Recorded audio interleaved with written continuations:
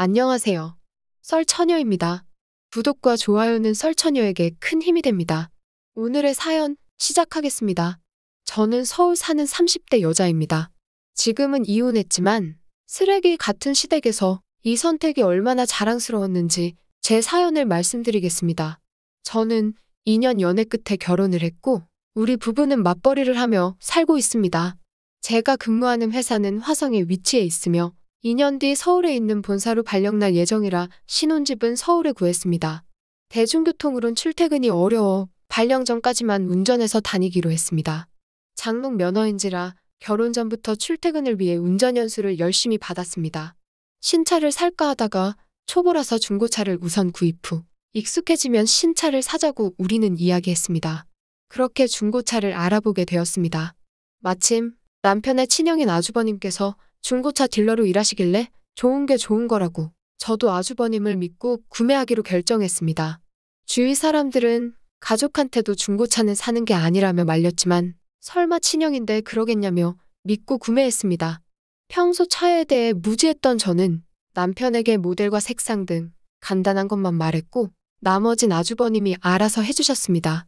아주버님은 재수씨, 진짜 남이면 절대 이 가격 안 나와요. 가족이라 이렇게 해드리는 거니까 다른 사람들한텐 절대 비밀이에요. 소문나면 저 개털돼요. 하며 웃으셨습니다. 그 말을 들으니 뭔가 더 신뢰가 갔고 남편 역시 형이 해주는 차면 무조건 믿고 타지. 고마워 형. 나중에 밥 한번 거하게 살게. 했습니다. 그렇게 출퇴근을 하게 되었습니다. 근데 어디선가 거슬리는 소리가 나기 시작했습니다. 먼저 남편에게 이야기하니 남편은 당신이 초보라서 더 그런 거야. 차는 원래 타는 사람한테 길들여줘야 해. 내가 봤을 땐 차 문제 절대 아니야. 단호하게 말했고 정말 내가 익숙하지 않아서 그런가 싶었습니다. 하지만 동료들과 친구들을 태웠을 때도 다들 이상하다며 카센터를 찾아가 보라고 했습니다. 곧장 저는 카센터에 차를 맡겼습니다. 진단 결과 전 주인이 너무 험하게 탔고 군데군데 대충 수리한 흔적이 많다며 위험하니까 빨리 수리해야 된다고 말했습니다. 일단 남편에게 연락해 수리 내용을 이야기하니 덤탱이 씌우는 곳 많다며 우선 차를 형 쪽으로 가져오라고 했습니다. 판매만 하시는 분이 어찌하겠어 했지만 아주버님이 차에 대해 우리보다 전문가이니 알겠다고 했습니다.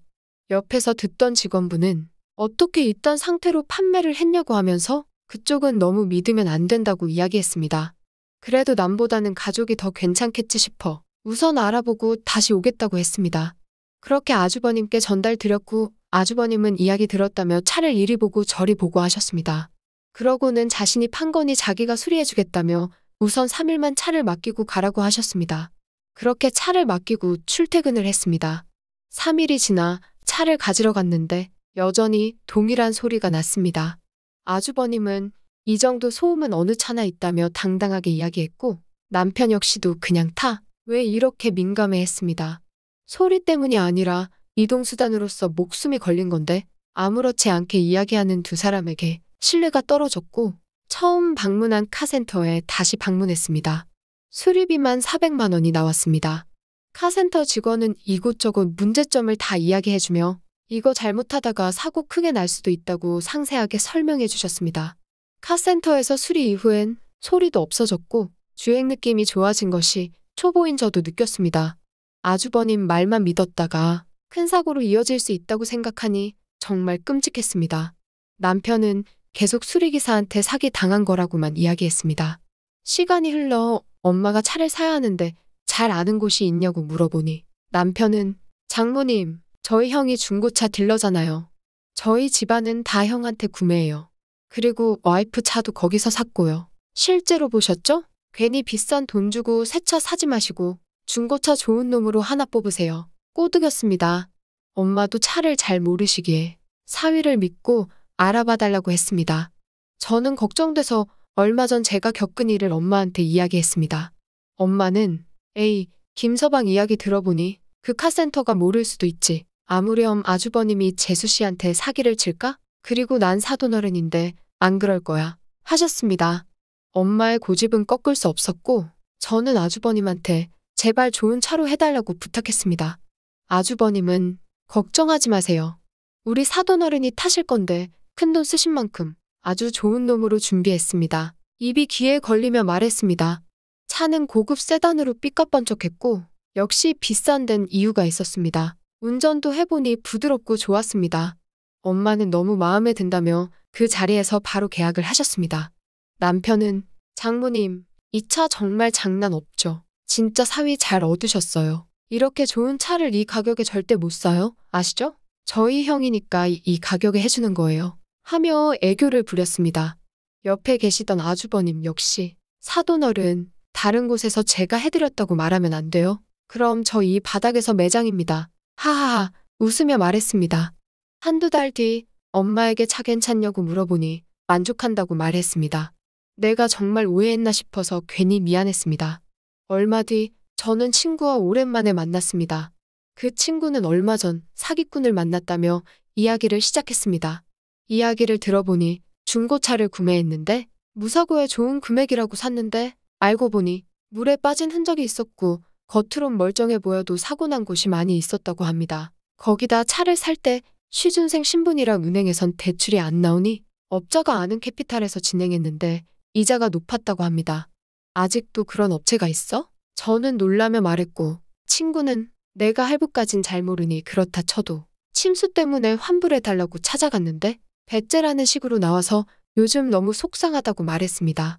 진짜 그런 곳은 혼쭐을 내줘야 돼. 우리 아주버님도 같은 업종인데 차 사려면 나한테 말하지. 저는 말했습니다. 같은 업종이면 잘 아시겠다.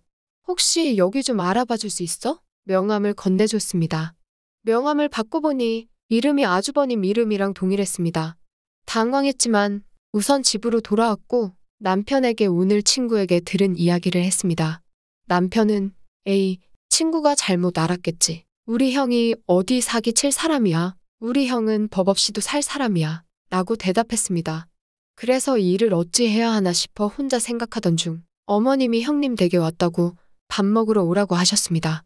형님 댁으로 가서 식사 중 자연스럽게 친구 이야기를 했습니다. 형님은 동서, 우리 애 아빠는 가족들이고 남이고 다 똑같이 하는데 그렇게 할 수가 없지. 말했고 어머님은 괜히 친구 말만 듣고 허튼 짓 하지 말아라. 우리 큰아들이 얼마나 성실한 사람인데 그 일을 20년 가까이 했다. 거짓말 치는 사람은 그렇게 오래 못해? 노발대발 하셨습니다. 또 그 말을 들으니 가족 말을 믿어야 하나 했습니다. 친구에게 아주버님이라고 이야기하진 않고 너가 잘못 안 것 같아. 다시 한번 잘 알아봐. 이야기하니 친구는 자신이 인터넷에 글을 올렸는데 그 가게 문제가 한두 개가 아니라고 했습니다. 친구가 보내준 링크를 타고 들어가니 아주 난리도 아니었습니다. 단순한 문제가 아닌 것 같아 가족들에게 말해야겠다고 생각했습니다. 며칠 뒤 어머니 생신이라 식사를 하면서 인터넷 상황을 말씀드렸습니다. 어머님은 너가 아주 우리 집안 말아 먹으려고 작정을 했구나 하셨고 제가 쓴 게 아니라고 이야기했으나 아무도 믿지 않았습니다. 아주버님 역시 재수씨, 내가 재주씨랑 사돈어른 어떻게 해드렸는지 알면서 너무하네요 하셨고 형님 역시 동서, 우리 그이가 돈 잘 벌어서 배가 아프면 아프다고 해. 없는 말 지어내지 말고 화내며 말했습니다. 남편은 옆에서 얼른 사과드려. 그리고 그 글도 빨리 삭제해. 맞장구 쳤습니다. 내가 쓴 게 아닌데 나를 오해하는 사람들을 보니 나를 뭘로 보는 건가 싶었고 지네들은 언제는 가족이라고 해놓고 믿지 못하는 모습을 보니 서운하고 화가 났습니다. 그래서 친구에게 사실을 말하고 더 자세히 알아보기로 했습니다. 친구와 알아본 결과 다른 곳보다 비싼 금액으로 파는 것은 물론이고 사고 차를 무사고인 것처럼 산 피해자가 많았습니다. 그렇게 벌어들인 돈으로 집도 사고 명품도 사는구나 생각이 들었습니다. 친구는 더 이상 피해가 없었으면 좋겠다며 자신이 모은 정보를 유명 유튜브에 올리겠다고 했습니다. 저와 엄마의 사연도 추가로 전달했고 가족한테까지 사기치는 내용도 추가하겠다고 했습니다. 그렇게 우리의 사연은 유튜브에 올라갔고 영상은 화제가 되어 방송사에서도 연락이 왔습니다. 사람들은 그 가게를 찾았고 결국 아주버님 가게는 망하게 되었습니다. 시간이 지나 아주버님네와 시어머님이 화를 씩씩 내며 우리 집으로 찾아왔습니다. 너 때문에 우리 아들 인생 망했다. 너가 뭔데 그딴 걸 인터넷에 올려. 시어머니는 침까지 튀기며 말했습니다. 저는 사기는 나쁜 거예요, 어머님. 가족한테까지 그러는 건 아니잖아요. 라고 말하니 옆에 있던 아주버님은 좋게 좋게 말하니 제가 우스워요? 재수씨? 사람이 정도가 있는 거예요. 살 땐 좋다고 사놓고 이제 와서 누구한테 화내는 거야? 소리치며 말했습니다. 옆에 있던 형님은 도와주지는 못할 망정 우리 집안 망치려고 작정을 한 거지. 지들이 알아보지도 않고 바보처럼 사놓고 네가 책임져. 같이 거들었습니다. 제 집에서 헛소리 하지 말고 나가세요. 대답하니 남편은 당신이 뭔데 우리 형 망하게 해? 이번은 용서가 안 돼. 당장 무릎 꿇고 사과해. 무고죄로 당신이랑 당신 친구도 콩밥 먹을 수 있어. 라고 말했습니다. 방귀 낀 놈이 성낸다고 여기 있는 놈들을 보니 화가 치밀어 올랐습니다. 그 자리에서 저는 사기는 니놈들이 쳐놓고 누구 보고 사과하래. 라고 말했습니다. 시어머님은 뚫린 입이라고 막말하는 거 아니다. 이게 이쁘다 이쁘다 하니까 눈에 뵈는 게 없어. 하며 소리쳤고 저에게 손을 올리려 하자 저는 그 손을 잡았습니다. 왜요? 사실을 말한 건데요? 말하니 옆에 있던 형님이 제 머리를 잡았습니다. 질 수 없기에 저도 같이 머리를 잡아버렸습니다. 결혼 전 다이어트를 위해 격투기를 배웠던 저는 형님을 던져버렸습니다. 그리곤 삐쩍구른 게 어디서 설쳐. 형님만 아니었으면 넌 벌써 나한테 죽었어. 앞으로 내 앞에 나타나지 마라. 저는 형님에게 참교육을 시켜줬습니다. 당장 이 집에서 나가. 너 같은 며느리는 필요 없다. 시어머님은 소리쳤습니다. 이딴 사기꾼 집안이랑은 내가 안 살아요. 저는 받아치며 말했습니다. 이런 저의 모습을 처음 본 남편은 너 깡패냐. 당장 사과하라고 소리쳤고 저는 주방에 있던 쓰레기통을 발로 차며 너도 내 눈에 띄면 가만 안 둔다 하며 집에서 나왔습니다. 아주버님 사기 사건은 약 6개월 만에 종결이 났습니다. 사기죄뿐만 아니라 세금 탈세 등 여러 죄목이 더 나왔고 그 집안은 풍비박산났다고 합니다. 어느 날 친구와 함께 길을 걷고 있는데 형님이랑 닮은 사람이 지나가길래 저는 쳐다봤습니다. 그 사람과 눈이 마주쳤는데 바로 형님이었습니다. 형님은 제 눈을 피하며 황급하게 뛰어갔습니다. 행색을 보아하니 잘 사는 것 같지 않아 보여 꼬수었습니다. 오늘의 사연은 여기까지입니다. 긴 사연 끝까지 들어주셔서 감사합니다. 구독과 좋아요는 썰처녀에게 큰 힘이 됩니다.